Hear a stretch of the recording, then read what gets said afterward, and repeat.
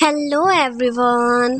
तो अब फाइनली सोजो लान तक पहुंचने में कामयाब तो हो गई थी, लेकिन लान को देखकर लग रहा था कि उसकी दिमागी हालत ठीक नहीं है। उस पर दिन रात टॉर्चर होता था, उसका मिसयूज होता था और उसके बाद उसका ट्रीटमेंट भी नहीं कराया जाता था। सोजो उसकी ये हालत देखकर तड़प उठती है। वो तो उसे वहां से भगाकर साथ ले जाना चाहती थी, लेकिन एंड टाइम पर हुओ वहां पहुंच जाता है और मिस्टर हुओ जैसे ही सोजो पर हमला करते हैं तो सेल्फ डिफेंस में उसे ऐसा घाव लगता है कि वहीं पर ही मिस्टर हुओ की जान चली जाती है। सोजो ने ये सारा कुछ जानबूझकर नहीं किया था और उसके बाद वो किसी तरह से लान को वहां से भगा कर ले जाने में कामयाब हो गई थी, लेकिन पता चलता है कि उस बेचारी को इन्फेक्शन हो गई है और सही ट्रीटमेंट टाइम पर ना मिलने की वजह से अब उसकी जान को खतरा है। एक्चुअली ये लान फैंग मू लान थी, जिसका नाम अब सोजो ने लिया हुआ है और वो इसी के ही भेस में अपनी मरी हुई फ्रेंड जिसे वो सिस्टर समझती थी उसका बदला लेने के लिए आई हुई थी। एक्चुअली मुलान को बचपन में ही किसी ने किडनैप कर लिया था और उसके बाद 13 साल से वो उसी ऑर्फनेज में रहती थी जहाँ पर सोजो रहती थी और वहाँ उन पर जुल्म होता था और इन दी एंड उन गर्ल्स को एक एक करके बेचे जाने की कोशिश की जाती थी। उनकी जान जाने वाली थी तो उसकी एक ही रिक्वेस्ट थी सोजो से और वो ये थी कि मेरी अस्थियां लेकर मेरे शहर जाना, नानयंग में। और बस उसकी आखिरी विश पूरी करने के लिए ही वो लोग इस टाइम पर ट्रेन में बैठकर नानयंग जाने की तैयारियां कर रहे थे कि इतने में वहां पर हुओ के बंदे भी पहुंच जाते हैं और साथ ही साथ चिंगजी भी। सोजो ने अपनी फ्रेंड को अस्थियां दे दी थी और कहा था कि तुम इस मिशन पर जाओ, मैं बाकी सबको डिस्ट्रैक्ट करती हूँ। अब उस समय ट्रेन में सोजो ने जानबूझकर चिंगजी को ऐसे हार्श वर्ड्स बोले थे ताकि उसका दिल टूट जाए और वो वहां से चला जाए, लेकिन वो था कि मानता नहीं था, जाता नहीं था।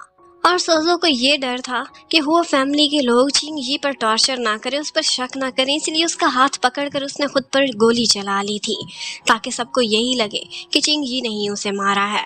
पर सोजो इस समय प्लेन में बैठी हुई चिंगजी से कहती है कि मुझे अंदाजा नहीं था कि फिर भी वो लोग तुम्हें 3 साल कैद में रखेंगे, इसीलिए मैं बहुत शर्मिंदा हूँ। और फिर चिंगजी भी उस पर गुस्सा करता है, कहता है ये सारा कुछ तुम मुझे पहले बता नहीं सकती थी और उसके बाद अगर तुम्हारी जान बच भी गई थी तो सरवाइव करके 3 साल तुम मेरे पास क्यों नहीं आई, मुझे क्यों नहीं कुछ बताया। और अब तुमने मुलान का नाम ले लिया है और उसके बाद मेरे भाई तक अप्रोच किया है, उससे शादी करने की कोशिश कर रही हो, ये सारी क्या प्लानिंग है। लेकिन वो कहती है मैंने बस यही वादा किया था कि यहाँ तक बताऊंगी, अगली बात बताने के लिए तुम्हें कुछ और करना पड़ेगा। वो कहता है क्या? तो वो बोलती है कि अगर जानना चाहते हो तो हो शाओ का क्या मेरी खातिर मर्डर कर सकते हो। अभी उसने ये बात की ही थी कि इतने में प्लेन में कुछ गड़बड़ फील हो रही थी और तुरंत ही चिंगजी कहने लगता है कि ये क्या हरकत है, मैंने देखा था वो जर्मन लड़की तासिया प्लेन के साथ कुछ गड़बड़ी कर रही थी, इसमें क्या है। वो कहते एक्सप्लोसिव्स हैं और बस चिंगी को तो दिन में तारे नजर आ रहे थे। वो कहने लगता ये सब क्या हो रहा है, इसीलिए तुमने मेरे भाई को नहीं और मुझे प्लेन में बैठने की इजाजत दे दी थी। सोजो कहती है हटाने की तो मैंने तुम्हें भी बहुत कोशिश की थी, लेकिन तुम जिद के बहुत पक्के हो और देखा तुम्हारे साथ मैं भी तो लटकी हुई यहाँ पहुंच गई हूँ ना। ये सुनते ही चिंगी कहने लगता है तुम्हारे साथ आना तो कोई रेड अलर्ट से कम नहीं है, जहाँ जाती हो वही हरकत करने लगती हो, 3 साल पहले भी तुमने ऐसा ही किया था। और फिर वो कहने लगती है कि पैराशूट है ना वही यूज करते हैं, पर वो जानबूझकर एक पैराशूट नीचे फेंक देता है, कहता है अब एक ही है। और हाँ, यहाँ पर हम एक सवाल करते हैं, इस गेम में जो जीतेगा पैराशूट वही यूज करेगा। और इस सवाल जवाब में सबसे पहले सोजो ने उससे पूछा था कि क्या तुम मुझसे प्यार करते हो अभी या फिर नफरत। वो कहता है नफरत करता हूँ और बहुत ज्यादा करता हूँ। ये सुनते ही सोजो दुखी हो जाती है, लेकिन शायद ये सारा कुछ चिंगी ने तो गुस्से में ही बोला था। और फिर वो उससे पूछता है अब तुम अपने विचार बताओ, तुम्हारी क्या फीलिंग्स हैं, प्यार या फिर नफरत। वो कहती है गैस करो और वो कहता है यकीनन तुम मुझसे नफरत ही करती होगी। और बस उसके बाद वो उस प्लेन से नीचे छलांग मार देती है, लेकिन यहीं पर ही चिंगी उसे पकड़ लेता है और एक पैराशूट के थ्रू वो दोनों ही नीचे लैंडिंग करते हैं और उसके बाद एक पेड़ में लटके हुए थे।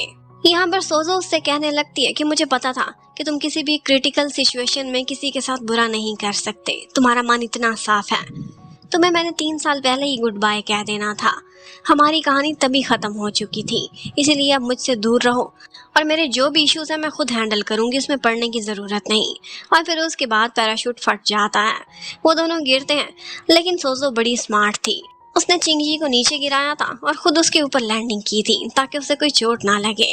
वाले इतने में सारे रेस्क्यू वाले भी पहुंच जाते हैं और एम्बुलेंस भी आ जाती है। चिंगी को थोड़ी बहुत चोटें लगी थी और वो लोग उसे हॉस्पिटल लेकर जा रहे थे। जबकि सोजो वो तो एकदम ठीक ठाक थी और उसके पास हाई तैंग बैठी हुई थी। हाई तैंग उससे कहने लगती है कि चिंगी के पीछे तुम भी जाकर प्लेन में बैठ गई, अपनी जान को खतरे में डाला, तुम आज भी इससे प्यार करती हो। और सोजो यहाँ पर हाई तैंग की बात को भी ऐसे ही टाल देती है जैसे उसने ऊपर प्लेन में चिंगी की बात को टाला था। अब चिंगी अपने घर में सोफे पर बीमार लेटा हुआ था। उसका भाई उसके पास मेडिसिन लेकर आता है। वो भैया से कहता है भाभी भी तो गिरी थी, आप जाए उनका ख्याल करें। लेकिन वो कहने लगता है भाभी तुम्हारी बहुत चालाक है, तुम्हारे ऊपर ही गिरी थी ना, उसने खुद को बचा लिया था, तुम यहाँ रेस्ट करो। और वो इस वक्त गई हुई है थिएटर देखने के लिए। ये सुनते ही चिंगी तो हैरान ही रह जाता है कि इस लड़की पर कोई फर्क नहीं पड़ता। इतने में जिनरुई पहुंच जाती और अपनी मम्मी की तरह वो कड़वी कसीली बातें कर रही थी। इल्जाम लगा रही थी चिंगी पे कि तुमने जानबूझकर अपने भाई की ओपनिंग सेरेमनी को बर्बाद करने के लिए उस प्लेन को बर्बाद किया था। लेकिन अब की बार चिंगयू को गुस्सा आ जाता है। जिनरुई को तो वो ठीक ठाक सुना लिया करता था, बस मम्मी के सामने उसकी नहीं चलती थी। उसने ये भी नोटिस किया था कि सर्वेंट्स भी उसके भाई की रिस्पेक्ट नहीं करते। आज मम्मी घर पर नहीं थी तो वो सारे सर्वेंट्स को समन करता है और कहता है कि मैंने बहुत से लोगों की गॉसिप सुनी है, अगर आज के बाद किसी ने मेरे भाई से बदतमीजी की कोशिश की या फिर अपनी जुबान चलाई तो उसे यहाँ से निकालने में देर नहीं करूंगा। चिंगी को खुशी हो रही थी कि कोई तो था जो उसे रिस्पेक्ट देता था और उसके लिए स्टैंड लेता था, और ये उसका भैया था। जबकि उधर सोजो ने बहाना तो लगाया था कि वो थिएटर जा रही है, लेकिन वो अपनी फ्रेंड से मिलने के लिए गई थी। यहाँ पर वो तासिया की ठीक ठाक क्लास लगाती है और कहती है तुम्हें ये सारा कुछ करने की क्या जरूरत थी, अपनी टीम लीडर की इजाजत के बगैर तुम ऐसा स्टेप नहीं ले सकती। पर तासिया यहाँ पर इमोशनल हो जाती है, उसे अपनी चोटें दिखाती है और कहती है कि जब मैंने इतने अरसे बाद उस होशाओ को अपनी नजरों के सामने देखा था तो मुझसे रहा नहीं गया, मेरा मन कर रहा था कि उसे चीर फाड़ दूं, उसे खत्म कर दूं।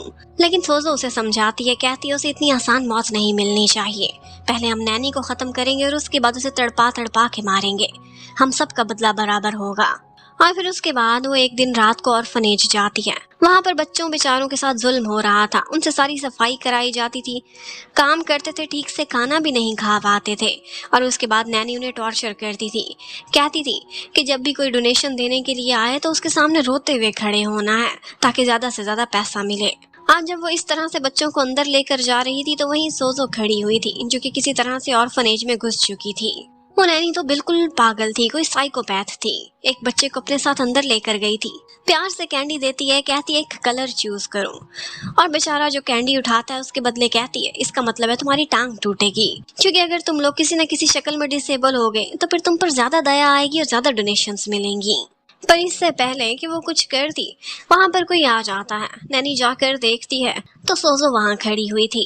वो उसे देखकर पहचान नहीं पाई थी, काफी बूढ़ी हो गई थी, इसीलिए उसे चीजें भूल जाती थी।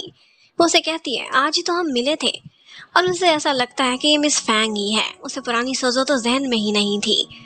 लेकिन वो आगे बढ़ती है, बच्चे को प्यार करती है और कहती है तुम्हें पता है इस दरवाजे के पीछे एक छेद है, वहीं से तो मैंने भागकर अपनी जान बचाई थी, लेकिन तुम्हें मैं वैसे ही बचा लूंगी। और बस नैनी ये सुनते ही डर जाती है। उस वक्त सोजो की आंखों में गुस्सा था। नैनी बहुत याद करने की कोशिश करती है कि पता नहीं कौन से वाली लड़की थी, और सोजो कहती है तुमने इतनों पर जुल्म किया है, तुम्हें तो याद भी नहीं है कि मैं कौन हूँ।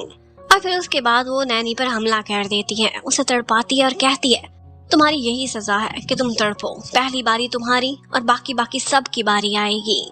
अब उसके बाद वो वहाँ से कुछ डॉक्यूमेंट्स चुराने के लिए चली गई थी। एक लेजर था जो उसने वहाँ से उठाना था जहाँ पर सारे बच्चों का बायोडाटा एंटर किया हुआ था। लेकिन वो जैसे ही मुड़ती है तो देखती है वहाँ पर चिंगी आया हुआ था, शायद वो उसका पीछा करके पहुंचा था और उसने नैनी को गला दबाकर खत्म कर दिया था। वो कहता है अधूरे काम करती हो, कोई काम तुम्हें ढंग का नहीं आता, जहाँ जाती हो अपने ट्रेसेस छोड़ जाती हो, ऐसे तुम कब तक बचोगी, पकड़ी जाओगी। देखो मैंने तुम्हारा काम खत्म किया है, वरना इस नैनी ने तुम्हारी हकीकत सबको बता देनी थी। पर ये बात सुनते ही सोजो को गुस्सा आ जाता है। लेकिन उससे पहले ही वहाँ पर गार्ड्स पहुंच जाते हैं। वो बच्चे थे जो गार्ड्स को डिस्ट्रैक्ट कर रहे थे, लाइन बनाकर खड़े थे और उनके लिए कुछ सिंग करना चाहते थे उनके ऑनर में। और इसी बीच चिंगी उस नैनी की लाश को ठिकाने लगाता है।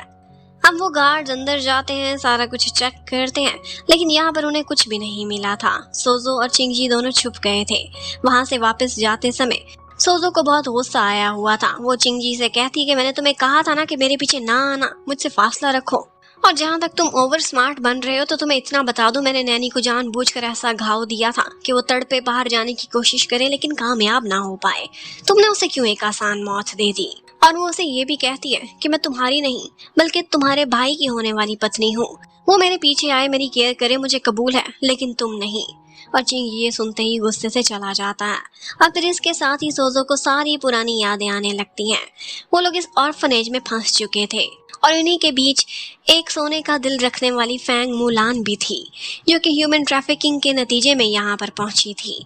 उसने भागने की कोशिश की थी लेकिन जा नहीं पाती थी। वो लोग इन गर्ल्स को दिन रात टॉर्चर करते थे और उनके शरीर के साथ साथ उनके दिमाग को भी बीमार कर दिया गया लेकिन मुलान इतनी अच्छी थी कि बाकी सारी गर्ल्स को प्रोटेक्ट करने की कोशिश करती थी। उनकी जगह खुद मार खाती थी, आगे बढ़ जाती थी। और फिर जैसे ही ये बड़ी हुई, जवान हुई, इनके सौदे करने की कोशिश की गई थी। इन्हें बंदी बनाकर इधर उधर बेच दिया जाता था। और जब एक दफा बेचने की बारी सोजो की आई थी तो वो बहुत बीमार थी। मुलान बहुत तड़पी थी कि इसे मत भेजो, और उसने सोजो को बचाने के लिए खुद की बलि दे दी थी। उसने कहा था कि सोजो की जगह मैं बिकने को तैयार हूँ, और इन दी एंड उसे ही मिस्टर हो के हाथ बेचकर भेज दिया गया था। थोड़े अरसे बाद सोजो अपनी फ्रेंड्स के साथ मिलकर वहां से भागने में कामयाब हो गई थी। और फिर उसके बाद उन्होंने मुलान को तलाश करने की बहुत कोशिश की थी ताकि उसे रेस्क्यू कर सके, लेकिन जब उसे पाया तो वो इस हालत में नहीं थी कि बच पाई थी। अब वो सारी फ्रेंड्स जाती हैं मुलान की ग्रेव पर और कहने लगती हैं कि हम शपथ खाते हैं कि हम इसके खून को जाया नहीं होने देंगे और वो फैमिली से भी बदला लेंगे। अभी तो सारों को लगा था कि नैनी डिसअपीयर हो गई है। वो फैमिली डरी हुई होगी और किसी को कोई शक ना हो, इसीलिए वो लोग अभी ऑर्फनेज के बच्चों के साथ अच्छा ही ट्रीट करेंगे। जैसे ही मौका मिला वो हो फैमिली से भी बदला लेंगे और इन दी एंड उन सारे बच्चों को बचा लेंगे। उधर हो शाओ भी डरा बैठा था। उसे ऐसा लग रहा था कि कोई है जो उसे निशाना बना रहा है। जिस प्लेन में उसने सफर करना था थोड़ी देर बाद वो भी खराब हो गया था और एक दिन नैनी भी गायब हो गई है। वो कहता है जाओ और इन्वेस्टिगेशन करो, ऑर्फनेज के बच्चों से पूछो, कुछ बातें बच्चे ज्यादा अच्छे से जानते हैं। अब नेक्स्ट सीन में हमें दिखाते हैं कि सोजो एक बुटीक में गई हुई थी और वहां पर उसके लिए एक वेडिंग ड्रेस डिजाइन हुआ था जो उसने ट्राई करना था। वो यहाँ पर बैठी थी और चिंगयू का वेट कर रही थी, लेकिन चिंगयू अपने काम में बिजी था। चिंगयू वैसे तो एक बहुत ही अच्छा पर्सन था, लेकिन उसे देखकर लगता था कि उसे अपनी फियांसी से इमोशनली कोई भी अटैचमेंट नहीं है। फिर भी वो आज अपने भाई से कहता है कि तुम मुलान का नाम क्यों लेते हो? थोड़े दिन पहले तो उसे भाभी कहते थे। पर इतने में जैसे ही चिंगयू को पता चलता है कि पायलट यी को कुछ रिपोर्टर्स ने घेर लिया है तो वो तुरंत ही उसकी हेल्प के लिए भागता है। और यही वो पॉइंट था कि जब चिंगयू को शक होने लगता है। उसे ऐसा लगता है कि उसका भाई चिंगयू सोजो में इसलिए इंटरेस्टेड नहीं है क्योंकि उसे कोई और पसंद है, और यकीनन वो यी ही होगी। तब अपने भाई की जगह वो ही उस बुटीक में पहुंच जाता है क्योंकि उसे पता था कि सोजो वेट कर रही होगी। वो कहता है भैया नहीं आ पाएगा, उसे कोई काम पड़ गया था। पर जैसे ही सोजो जाने लगती है तो वहाँ का डिजाइनर बोलता है कि चिंगी और चिंगयू दोनों का साइज बिल्कुल एक जैसा है, तो अगर ड्रेस ही ट्राई करना है तो क्यों ना उसका भाई कर ले। अब चिंगी तो मन ही मन में यही चाहता था। सोजो भी रुक ही जाती है और अपने रुकने की वजह ये बताती है कि अच्छी बात है तुम ही ड्रेस ट्राई कर लो, यकीनन तुम नहीं चाहते होगे कि तुम्हारे भाई की शादी डिले हो। और फिर उसके बाद उसे ड्रेसेस दिखाए जाते हैं। चिंगी एक ड्रेस देखकर कहने लगता है कि ये ड्रेस मुझे नहीं लगता कि मिस मुलान को सूट करेगा। जिस तरह का फ्लैशी इनका मिजाज है, इन्हें ये दूसरा वाला ड्रेस ज्यादा सूट करने वाला है। इसका मतलब है कि सोजो की शादी का ड्रेस खुद चिंगी ने ही चूज किया था। और बस इसी के साथ ही ये पार्ट खत्म होता है। Thank you for watching, stay connected, bye bye.